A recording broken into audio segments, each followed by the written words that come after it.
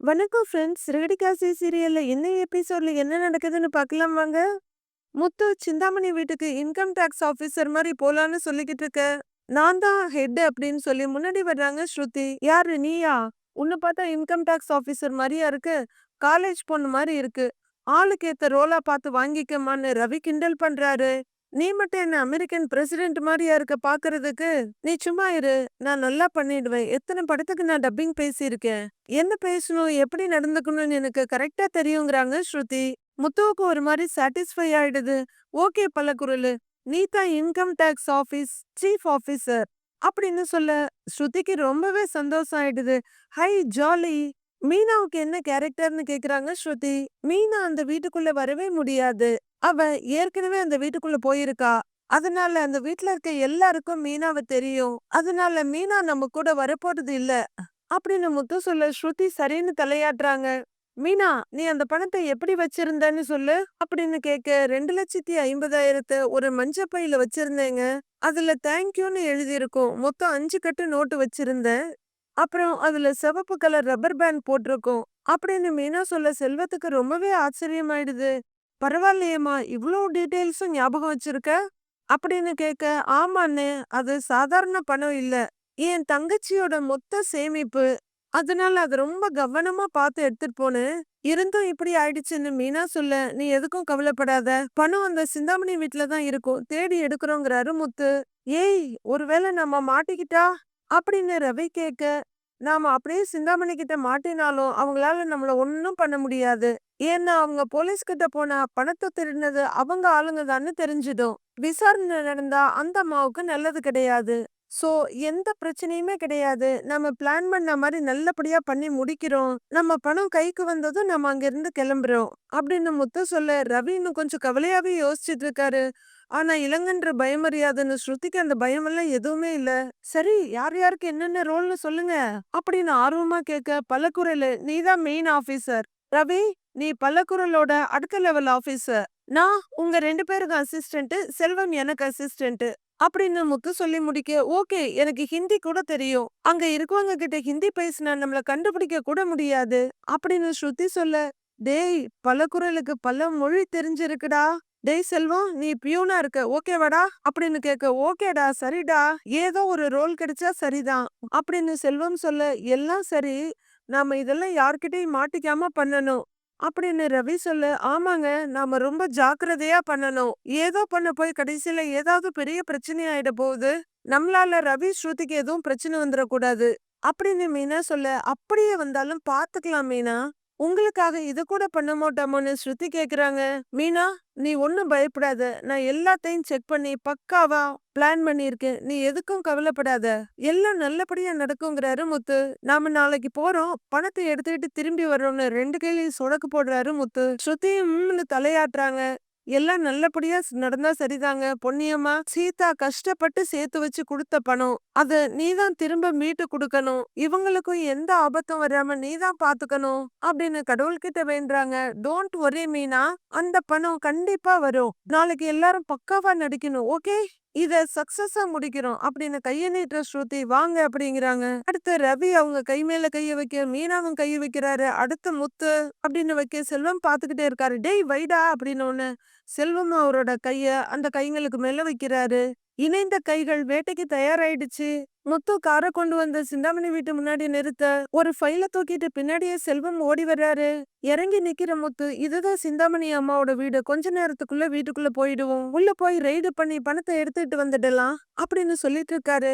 கார்ல இருந்து இறங்கின ரவியும் ஸ்ருதியும் பின்னாடி நிக்கிறாங்க. ரவி இன்னும் தயங்கிட்டே நிக்கிறத பார்த்து, ஏய் ரவி, உனக்கு ஏன்டா இப்படி வேர்க்குது அப்படின்னு ஸ்ருதி கேட்க, டென்ஷனா இருக்கு முத்து. இப்பவும் சொல்றேன், இதெல்லாம் வேண்டாம். நாம பேசாம போலீஸ் கிட்ட போய் கம்ப்ளைண்ட் கொடுத்துடலாங்கிறாரு ரவி.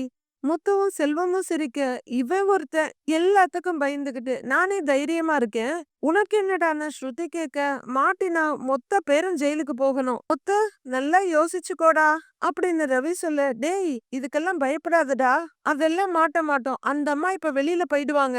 அப்புறமா உள்ள இருக்கவங்கள நாம ஈஸியா சமாளிச்சிடலாம்டா அப்படின்னு முத்து சொல்ல, ஏன்பா, டிராமாவுக்கு ஒத்திகை பார்த்து காஸ்டியூம் எல்லாம் போட்டாச்சு. ஸ்டேஜ் ஏற போற நேரத்துல கேன்சல் எல்லாம் பண்ண முடியாதுப்பா. போய் வேலையை முடிச்சிட்டு வந்துருவோம் அப்படின்னு செல்வம் சொல்ல ரவி இன்னும் குழப்பமாவே நிக்கிறாரு. ஒருவேளை அவங்க வெளியில போகலன்னு ரவி கேக்க, ஏய் அதெல்லாம் கண்டிப்பா போவாங்கடா. திரும்ப வர்றதுக்கும் டைம் ஆகும். பார்வதி அத்தை எல்லாத்தையும் பாத்துக்குவாங்க. அதுக்குள்ள நாம பணத்தை தேடி எடுத்துட்டு கிளம்பிடுவோம்டா அப்படின்னு ரவி நம்பிக்கையா சொல்ல ஸ்ருதி சந்தோஷமா கேட்டுட்டு தான் இருக்காங்க.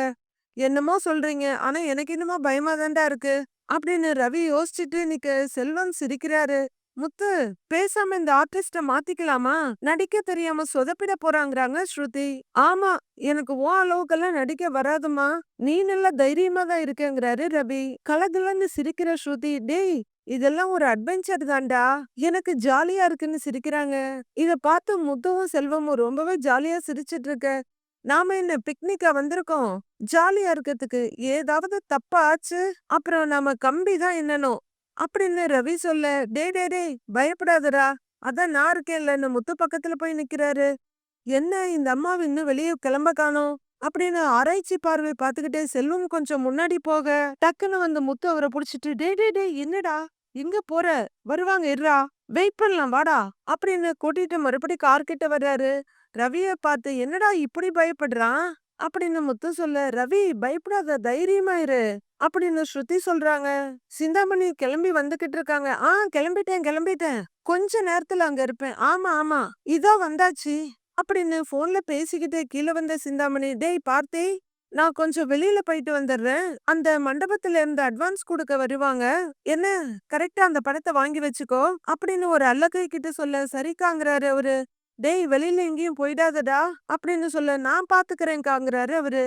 டேய் கரெக்டா வேலையெல்லாம் பாருங்க. சரிடா வாடான்னு மெயின் அல்லக்கைய கூட்டிட்டு சிந்தாமணி கிளம்புறாங்க.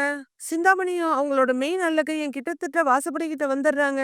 அக்கா எனக்கு ஒரு சந்தேகம்னு அவரு சொல்ல, கிளம்புறப்ப என்னடா சந்தேகம் அப்படின்னு சிந்தாமணி சொல்ல, நீதான் எந்த வேலையும் இல்லைன்னு சொன்னியேக்கா அப்படின்னு அவர் கேட்க, பார்வதி வீட்டுல ஏதோ பூஜைன்னு சொன்னாங்கல்ல, அவங்க கூடலாம் நாம நல்ல பழக்கத்தை வச்சுக்கணும். அப்பதான் விஜயா ஏன் பிடிக்குள்ள இருப்பா. அவளை வச்சுதான் அந்த மீனாவை தொழில விட்டு கிளப்பணும் அப்படின்னு சிந்தாமணி சொல்ல, நீ பண்ணின வேலைக்கு அவ தொழில விட்டு போயிருப்பாளே, அதான் நம்ம பணத்தை எடுத்துட்டோமேன்னு அல்லக்கை சொல்ல, டேய் சத்தமா பேசாதடா, யாருக்காவது கேட்டுட போகுது அப்படின்னு சிந்தாமணி சொல்ல, இங்க யாருக்கா வர போறா அப்படின்னு அல்லக்கை கேட்க, அப்படிலாம் அசால்ட்டா இருக்க கூடாது. அந்த பணம் வீட்டுலதான் இருக்கு. இந்த விஷயம் யாருக்கும் தெரியக்கூடாது. நீ எங்கேயாவது உளறி கிளறி வச்சிடாத சரியா? வா அப்படின்னு சிந்தாமணி கிளம்ப அல்லக்கை ஃபாலோ பண்றாரு. இவங்க 2 பேரும் வெளியே வர அந்த 4 பேரும் அப்படியே பின்பக்கமா ஓடி போய் ஒரு செவுத்து பக்கமா ஒளிஞ்சுக்கிட்டு எட்டி பாக்குறாங்க. அடுத்து சிந்தாமணி போன் பேசிக்கிட்டே பாக்க அப்படியே எல்லாரையும் பின்னுக்கு மறைஞ்சுக்கங்கன்னு தள்ளி விடுறாரு முத்து. டேய் இவங்கதான் அந்த லேடியா ரவி கேட்க, ஆமான்னு முத்து தலையாட்டுறாரு. பார்க்கவே டெரரா இருக்காங்க. இவங்கள பார்த்தா இன்னும் பயம் அதிகமாகுது அப்படின்னு ரவி சொல்ல, டேய் ரவி நம்ம எதுக்குடா பயப்படணும், நம்ம எல்லாம் இன்கம் டாக்ஸ் ஆபீசர்ஸ் அப்படின்னு ஸ்ருதி சொல்ல, கேரக்டராவே மாறிட்டியா அப்படின்னு ரவி கேட்க, அப்பதானே ஆக்டிங் நல்லா வரும் அப்படின்னு ஸ்ருதி சொல்றாங்க. இங்க எல்லாம் நல்லா பேசிட்டு உள்ள போய் சொதப்பிடாத அப்படின்னு ரவி சொல்ல, நான் எத்தனை சீரியலுக்கு டப்பிங் பேசியிருக்கேன். பேசும்போதே நான் நடிச்சுக்கிட்டு தான்டா பேசுவேன். எனக்கெல்லாம் நல்ல பிராக்டிஸ் இருக்கு. அதுவும் இல்லாம நான் எத்தனை படம் பார்த்திருக்கேன். ஹிந்திலேயே இந்த மாதிரி இன்கம் டாக்ஸ் ஆபீசரா நடிச்சு ஏமாத்துற படத்தையும் பார்த்திருக்கேன். அதே மாதிரி தமிழ்லயும் பார்த்திருக்கேன் அப்படின்னு ஸ்ருதி பக்கம் பக்கமா வசனம் பேசுறாங்க. வந்த வேலையை விட்டுட்டு தமிழ்ல அவ்வளவா சரியில்லமாங்கிறாரு செல்வம். கரெக்ட், நீங்க இந்த ஸ்டோரி எல்லாம் கொஞ்சம் மாத்தி அப்படின்னு ஸ்ருதி சொல்லிட்டு இருக்க. ஏற்கனவே பயத்துல இருக்க ரவி இப்ப டென்ஷன் ஆயிடுறாரு. ஏய் இங்க என்ன படத்துக்கு ரிவ்யூ பண்ணவா வந்திருக்கோம், பேசாம இருன்னு கத்துறாரு. மறுபடியும் 4 பேரும் அலுங்காம எட்டி பார்க்க சிந்தாமணி இன்னும் போன்ல பேசிக்கிட்டு கார் பக்கத்துலதான் நிக்கிறாங்க. பேசி முடிச்சிட்டு அக்கம் பக்கம் ஒரு பார்வை மிதப்பா பார்த்துக்கிட்டு இருக்காங்க. அப்போ அல்லக்கை இறங்கி வந்து கீழே கதவு திறந்து விட நங்குன்னு ஒரு கொட்டு வைக்கிறாங்க தலையில. அவங்க முன் சீட்ல உட்கார அல்லக்கை பின்னாடி போய் உட்கார்ந்துக்குது.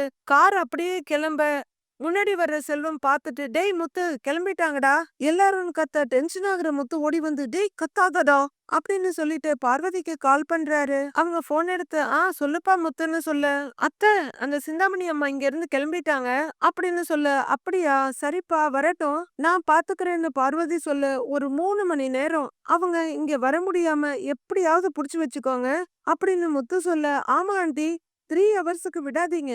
ஹவுஸ் அரெஸ்ட் பண்ணிருங்கன்னு ஸ்ருதி சொல்றாங்க.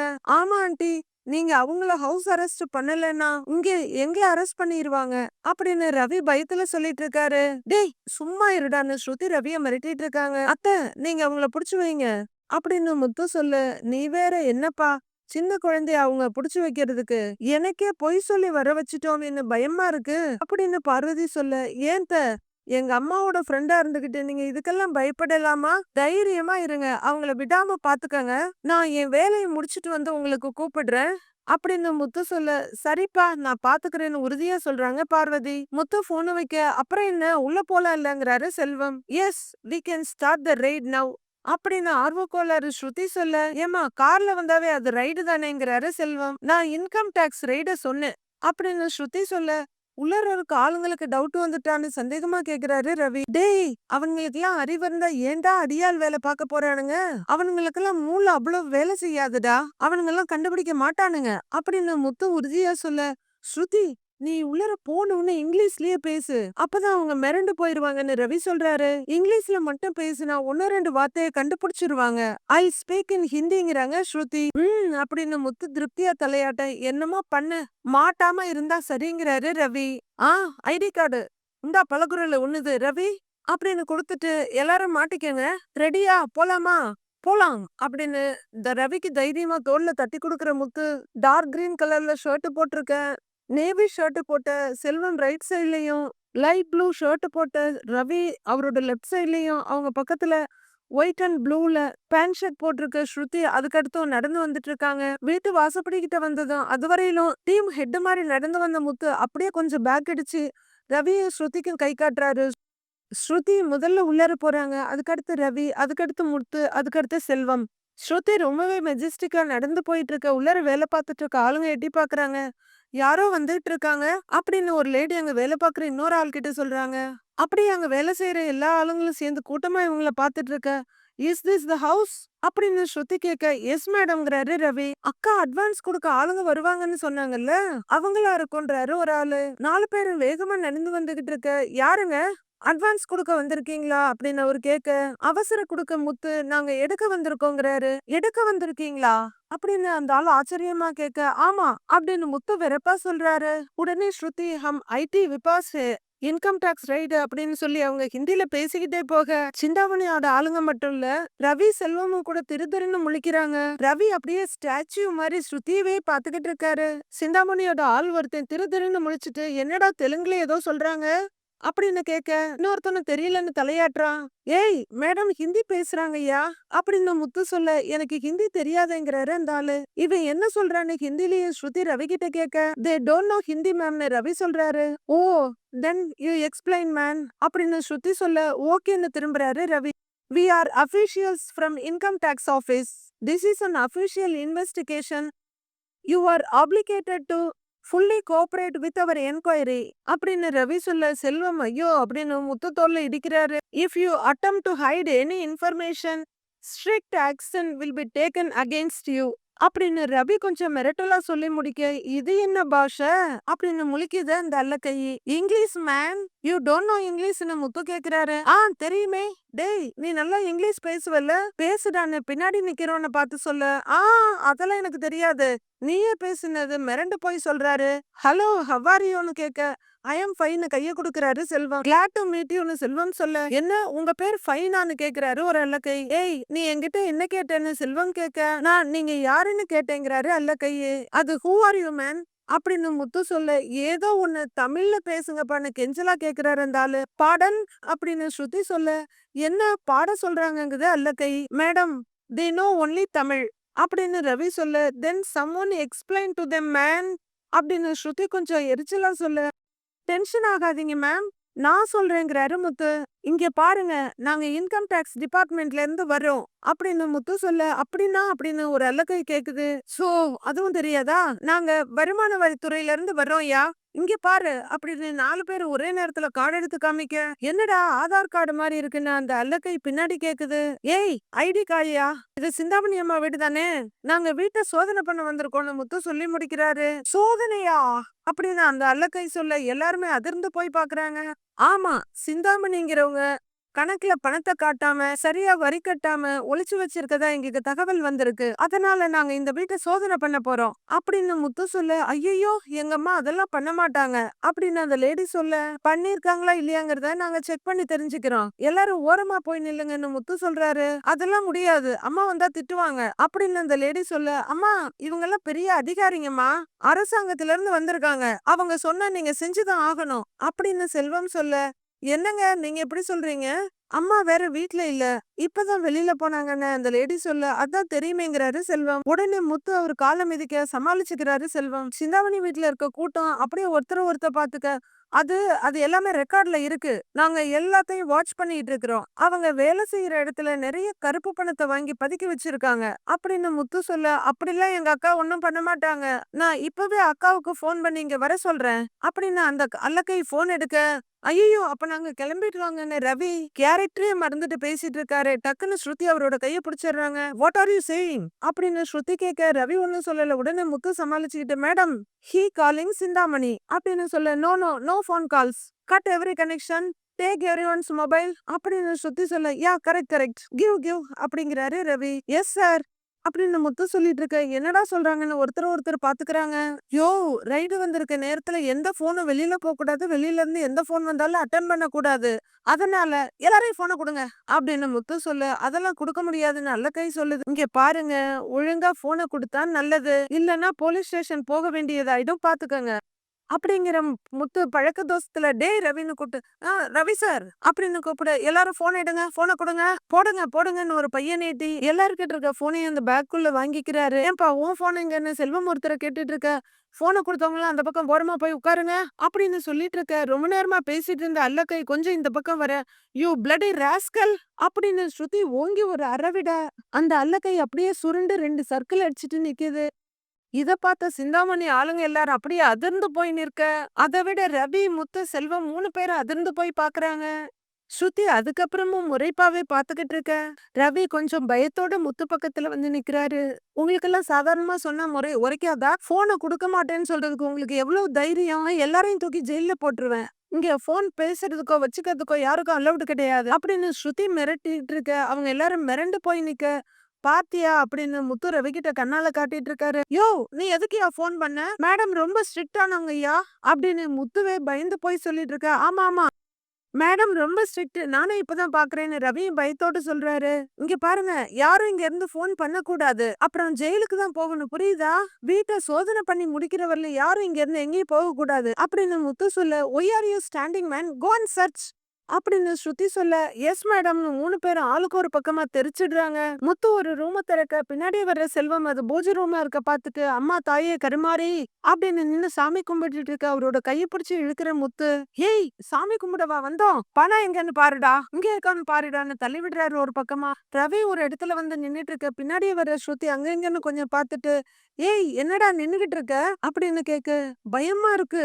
நீ என்ன அவனெல்லாம் போட்டு அடிச்சுக்கிட்டு இருக்க அப்படின்னு ரவி சொல்ல, டேய் அப்பதானே நம்புவாங்க, சீக்கிரம் தேடுங்கிறாங்க ஸ்ருதி. வெளியே ஒரு பார்வை பார்த்துட்டு, ஏய் கோன் சர்ச் மேன் அப்படின்னு ஸ்ருதி வேகமா சொல்ல, எஸ் மேம்னு மறுபடியும் ஓடுறாரு ரவி. அங்க தேடி முடிச்சுட்டு முத்துவும் செல்வமும் வெளியே வர்றாங்க. கையில ஒரு டைரி வச்சு விரிச்சுக்கிட்டு அதையே பாக்குற மாதிரி நடிச்சிட்டு வர்றாரு செல்வம். என்ன எங்க பார்த்தாலும் பூவா கொட்டி கிடக்கு, ஒரே வாசனையா இருக்குல்லங்கிறாரு செல்வம். ஏய் வீடு மட்டும்தான் அப்படி, அந்த அம்மா மனசு அப்படி கிடையாது. பணத்தை எடுத்து போகணும், முதல்ல நல்லா தேடு அப்படின்னு சொல்ல, எங்க இருக்கிற மாதிரி தெரியலையே அப்படின்னு செல்வம் ஹஸ்கி வாய்ஸ்ல சொல்லிட்டு வர, தேடலாம் அப்படின்னு 2 பேரும் இன்னொரு பக்கமா அவங்கள கிராஸ் பண்ணி போறாங்க. சின்சியரா எக்ஸாமுக்கு படிக்கிற ஸ்டூடெண்ட் மாதிரி செல்வம் ஃபைலையே பார்த்துட்டு மாடிப்படி ஏறி வர, ஏய் என்ன அதையே பாத்துக்கிட்டு இருக்க, போய் பணம் இருக்கான்னு பாருடா போடா அப்படின்னு செல்வத்தை ஒரு ரூம் பக்கமா தள்ளி விட்டுட்டு முத்து இன்னொரு ரூம் பக்கமா போறாரு. கார்ல போயிட்டு இருக்க சிந்தாமணி போன்ல, அதெல்லாம் நீங்க கவலையே படாதீங்க, நீங்க சொன்ன ரேட்டுக்கு சிறப்பா பண்ணி கொடுத்துடலாம் அப்படின்னு பேசிட்டு இருக்கவங்க வயித்துல ஏதோ வலிய ஃபீல் பண்ணி கைய வயித்துல வச்சுட்டு, அதெல்லாம் நீங்க ஒண்ணும் யோசிக்காதீங்க, நான் பாத்துக்கிறேன் சரியா, நான் வைக்கிறேங்கிறாங்க சிந்தாமணி. மறுபடியும் அப்படின்னுட்டு இருக்கா. அக்கா என்னாச்சுக்கான அல்லக்கை கேக்குது. வயிறு ஒரு மாதிரியா இருக்குடா அப்படின்னு சிந்தாமணி சொல்ல, அக்கா என்னக்கா ஆச்சுன்னு பதறுது அல்லக்கை. ஒண்ணும் இல்லடா சரியாயிடும் அப்படின்னு சிந்தாமணி கொஞ்சம் சிரமமா உட்கார்ந்துருக்க. கார் போய்கிட்டு இருக்கு. என்னடா வீட்டையே இவங்க புரட்டி போட்டுட்டு இருக்காங்க அப்படின்னு ஃபர்ஸ்ட் பேசின அல்லக்கை கேட்க, எனக்கும் தெரியலடான்னு ரெட் ஷர்ட் சொல்லுது. போன் பண்ணலான்னா போனை வேற புடுங்கி வச்சுக்கிட்டாங்க அப்படின்னு சொல்லுதோ, அங்கதான் இருக்கு போய் எடுத்து பேசு போன ரெட் ஷர்ட். அந்த அல்லக்கைய தள்ளி விடுது. ஐயையோ! திரும்ப போய் அந்த பொண்ணுகிட்ட அடி வாங்க சொல்றியா? அப்படின்னு சொல்லிட்டு இருக்கப்பவே அங்க ஸ்ருதி வேகமா வந்து சர்ச் ஹியர் அப்படின்னு ஒரு இடத்த காமிக்க மூவ் அப்படின்னு ரவி ஒரு பேக்க பாக்குறாரு. ஏங்க அது வெறும் பூ தாங்க. அதுல என்ன தேடுறீங்கன்னு அந்த அல்லக்கை கேக்குது. சைலன்ஸ். எங்க வேணா மறைச்சு வச்சிருக்கலாம். ஒரு இடம் விட மாட்டோம் அப்படின்னு ரவி இன்னொரு பேக்க பாத்துக்கிட்டு இருக்க. சொன்னா கேட்க மாட்டேங்கிறீங்கன்னு அந்த அல்லக்கை சொல்றாப்ல. சர்ச் அப்ஸ்டர்ஸ் அப்படின்னு ஸ்ருதி சொல்ல இங்க எதுவும் இல்லைங்கன்னுட்டு ரவியும் மாடிக்கு போறாரு. உடனே முத்து ஓடி வந்து ரவியோட தோலை பிடிச்சு ஏய் ஏதாவது கிடைச்சதான்னு கேக்குறாரு. இல்லடான்னு ரவி சொல்ல நல்லா தேடி பாருடா, மஞ்சள் கலர் பையே 5 கட்டு சிவப்பு கலர் ரப்பர் பேண்ட் போட்டிருக்கோம் அப்படின்னு முத்து சொல்ல ஒருவேளை பணத்தை வீட்டுல வைக்காம பேங்க்ல போட்டிருந்தான்னு ரவி கேக்குறாரு. டேய் திருடின பணத்தை யாருடா பேங்க்ல போட்டு வைப்பாங்க, இங்க தாண்டா வச்சிருப்பாங்க, போய் தேடுறாங்கிறாரு முத்து. கோ மேன் அப்படின்னு ஸ்ருதி மிரட்ட ஓகே மேம் அப்படின்னு ஓடுறாரு ரவி. ஸ்ருதியும் பின்னாடியே போக பொண்டாட்டி சொன்னாதான் கேக்குறானுங்கன்னு முத்து ஆப்போசிட்ல போறாரு. சிந்தாமணிக்கு வயிறு ரொம்பவே வலிக்க டேய் வண்டிய திருப்புடா அப்படிங்கிறாங்க.